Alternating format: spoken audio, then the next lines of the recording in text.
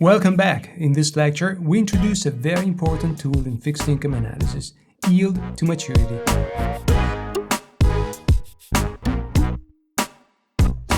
In the previous lecture, we introduced a discounted cash flow analysis applied to bond pricing.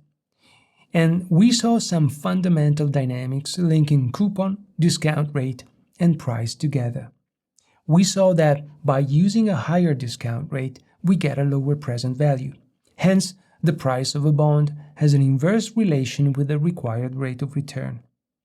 We saw discount, par, and premium bonds, whose features depend on the relationship between the coupon and the discount rates. If the coupon is greater than the discount rate, we have a premium bond. If the coupon is less than the discount rate, the bond is a discount bond. In this lecture, we're going to delve a little deeper into the mechanics of yield to maturity, which is a fundamental tool in fixed income analysis.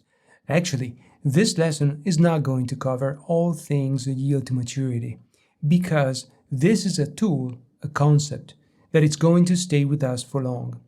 We'll add details about this important tool throughout the other following lessons, because we're going to keep seeing yield to maturity pop up time and again, and we're going to keep using it until the end of this course. We'll make some assumptions about the yield to maturity so that it fully accounts for an investor's return. We'll be seeking the internal rate of return of a series of cash flows. This will be the yield that turns into an investor's return under some assumptions. The yield to maturity is the internal rate of return that squares this equation. We're also going to see Excel's formula to do the heavy lifting for us. Before we dive in, just a quick reminder to grab the essentials: the spreadsheet, the notes, and the slides. Let me share my screen with you so that we can start looking at my spreadsheet. I've already left some notes here for reference. If we have the market price, which is a very common situation, having the market price already, the yield to maturity is the internal rate of return on the cash flows.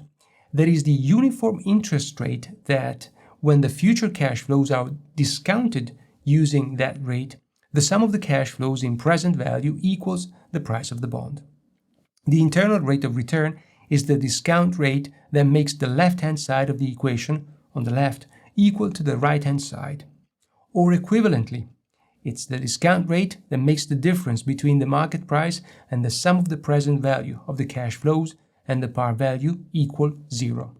We can consider it an implied single market discount rate. Before going any further, let's see an example of a term sheet containing the basic information regarding a bond issue. We're interested in the coupon, which is 3.20%, with semi-annual payments, that is on May 25th and November 25th, a 1.6% coupon is paid.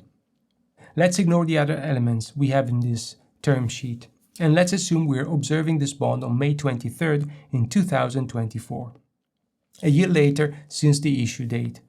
Therefore, we're considering a 4-year remaining lifetime bond. We're considering a trade that will be settled on May 25th, 2024. Let's go back to where we were before. Now, for a bond investor to earn a rate of return equal to the bond's yield to maturity, certain conditions must be fulfilled. 1. The investor holds the bond until maturity. 2. The issuer makes all payments in terms of coupons and principal on the scheduled dates. And 3. The investor reinvests all coupon payments at the same yield to maturity. When these conditions apply, the yield to maturity matches an investor's return to maturity. Let's have a look at what we have in this sheet. In column E, we have a counter representing the period when the corresponding cash flow is paid. Remember, these are semi-annual payments. For a bond with 4 years to maturity, we have 8 coupons, with a par value that is redeemed at the end of the 8th period, namely the 4th year. I decided to demonstrate a semi-annual coupon bond, for it illustrates the general principle. We normally think in terms of annual yields, whilst in fact we're dealing with quarterly, semi-annual, or also annual coupon-paying bonds. The number of payments per year is referred to as frequency. Again, we have structured the spreadsheet using a vertical layout, and this is a very common way to analyze a bond, much more than the horizontal layout you saw in the previous lecture. In column G, we have the cash flows, represented by the semi-annual coupons and the final par value at redemption. In column H, the discount factor, which at the moment is the present value of a unit of cash flow and periods from time zero, using as a discount rate the arbitrary 2% that I've chosen to demonstrate the yield to maturity calculation. And finally, in column J, we have the present value of the respective cash flows.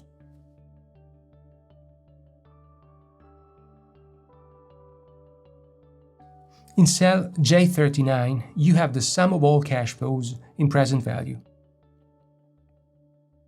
By definition, this sum is the bond price, using an appropriate discount rate.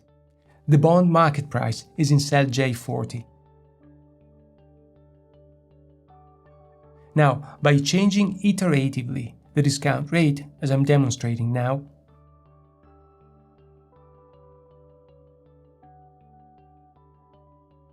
we would eventually get a sum of all cash flows in present value that approximates the actual market price. That would be the yield to maturity.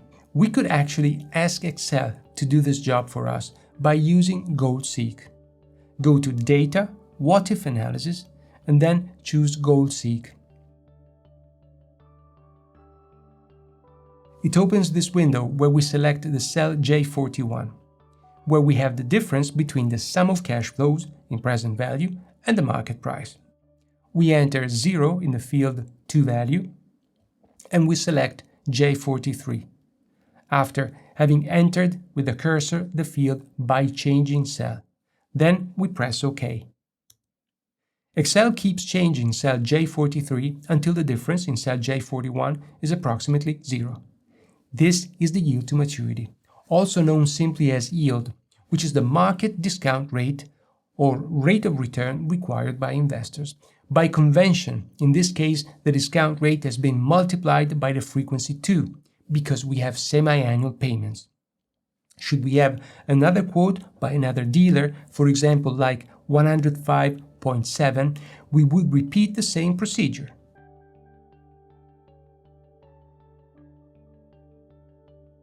Data, What If, GoalSeek.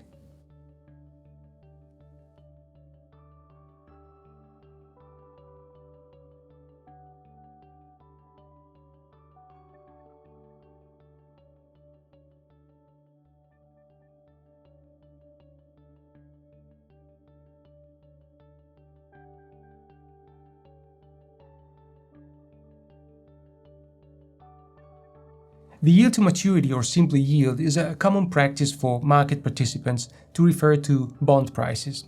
In fact, it's common to hear yields are rising rather than prices are falling.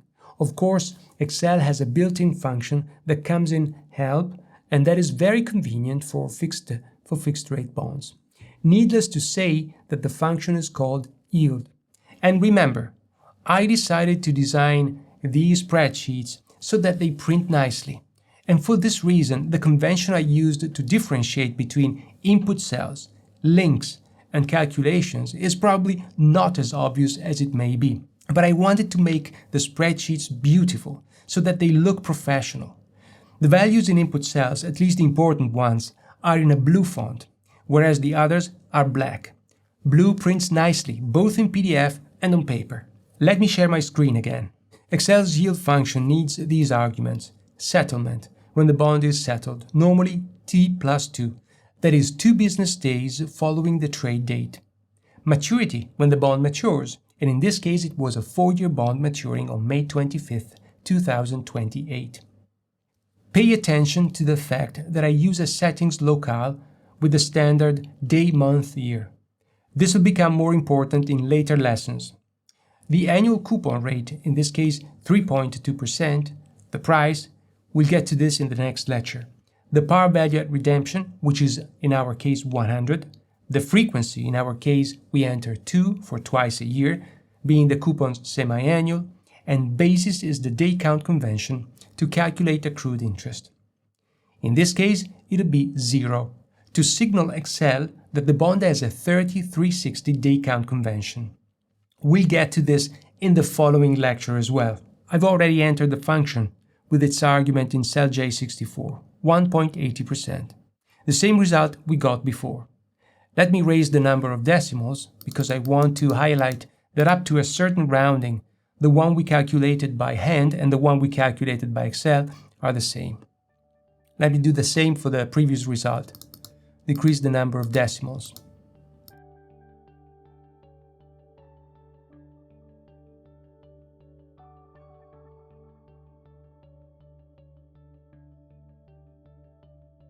Recall from what we just did that yield is a function of price. We've already seen that the inverse relation comes from the fact that if investors pay a lower price, given the future cash flows, the return will be higher, and vice versa.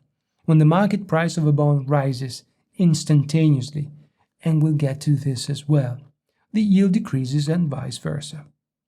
For a lower price, we get a higher yield, and for a higher price, we get a lower yield. Before we continue, a comment on Excel's recommendation to use the date function.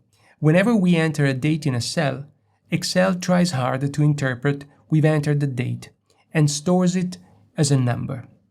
Or better, the number of days since January the 1st, 1900, which is day 1.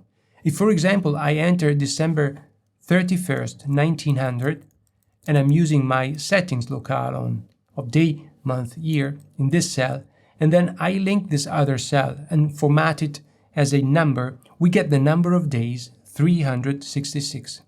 Basically, dates are stored as integers since January 1900, since January the 1st, 1900, and all computations to count days between two dates are differences between integer numbers. Depending on the locale, Excel might get it wrong when we enter a date. And this is the reason why it's recommended to use the functions that isolate the day, month, and year counts.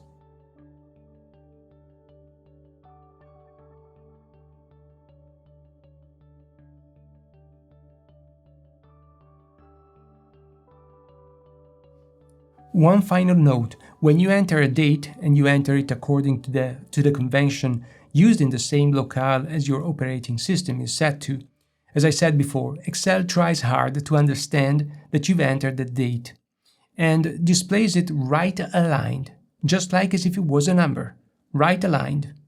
By providing the yield function with the function date, we make sure that Excel interprets it correctly. Notice that any function argument on my locale is separated using the comma, whilst if you're in Europe and, for example, your computer uses a European locale, the arguments are separated by the semicolon sign.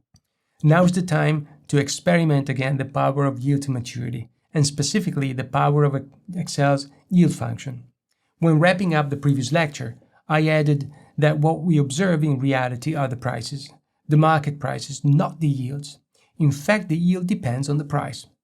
Let's practice a little using the yield function. It's straightforward that by changing the market price, we observe different yields. For example, if we get a quote from a dealer of 104, it would imply a yield to maturity of 2.15%. Should we get another dealer's quote of 103.9, this would mean the yield to maturity is higher. We are observing again the inverse price-yield relation.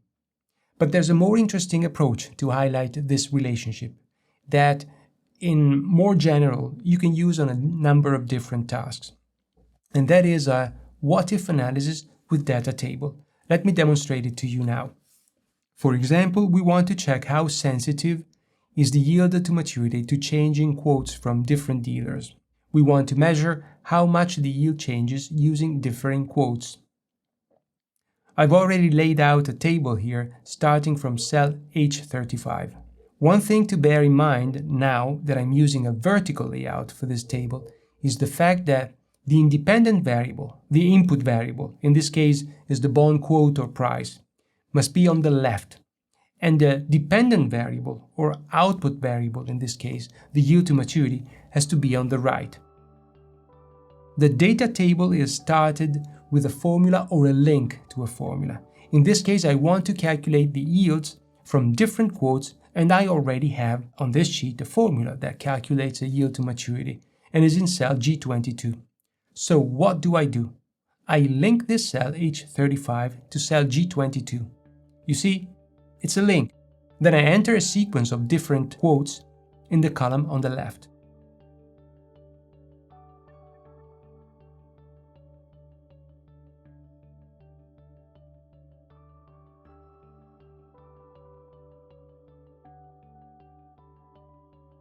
Given the layout I've chosen, it's column. The input values are in the first column, on the left, in column input cell.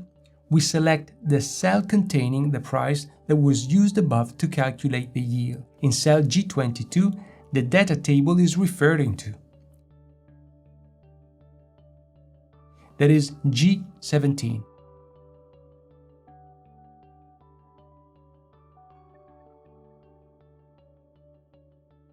And then we press Enter. Et voila!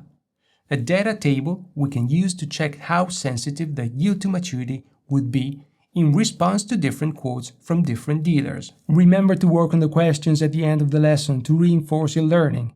And if you haven't done so yet, be sure to download the slides, the spreadsheet and the notes. They'll be invaluable for your study and review. Okay guys, this will do for me, and I'll see you in the next video about flat price, accrued interest and full price.